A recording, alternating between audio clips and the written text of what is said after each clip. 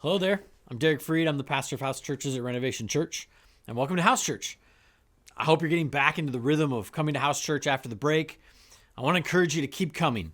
Make House Church a priority of your week so you can not only keep building community and relationships, which everybody wants and craves and seeks after, but also you can continue building your faith, asking questions, getting to know more and more why you believe what you believe, and following Jesus more and more in your life.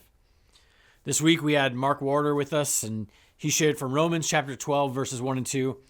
And I love these verses because they make us think about our lives, our decisions, how much of ourselves are we really willing to give to God. And in these verses, Paul talks about both our bodies and our minds. And this constitutes the entire person, right?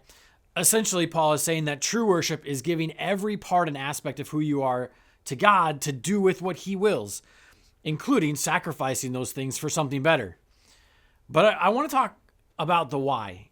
I love thinking and looking at the why behind things because it gets at the reason for doing something. And in these verses, you might read them and think that the why is at the end, when Paul says that you'll be able to test and approve what God's will is, his good, pleasing, and perfect will. That sounds like a really good why, but that's not the why. It's an outcome. It's something we'll receive as a result of doing this, but that's about us.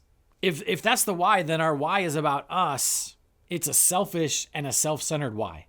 Essentially saying, well, God, if I will give you everything of myself if I get something in return. If you give me what I want, then I'll do what you ask. But the actual why in these verses is right at the beginning, where Paul says, in view of God's mercy. That is the why.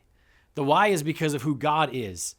And because of what God has done, he has shown and given us mercy. But what is God's mercy? When we talk about mercy and God, what do we mean? In college, I took a class on the attributes of God, one of the best classes I've ever been a part of.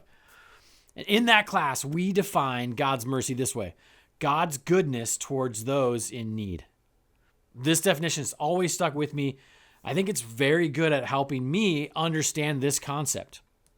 God being merciful is him giving all of his goodness, everything that is good and perfect and holy and helpful and caring, all these things.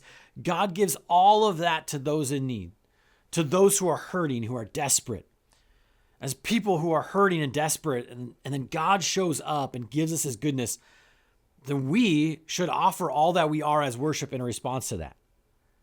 The why isn't about what you receive, but it's about God, who sees you in a condition where you need his help. You need God to step in with his goodness and change things for you. And the God who does this is the God that is worthy to receive all the worship we can give him. That God is worthy to receive our entire lives. I pray you have an amazing time in your small groups. Amen.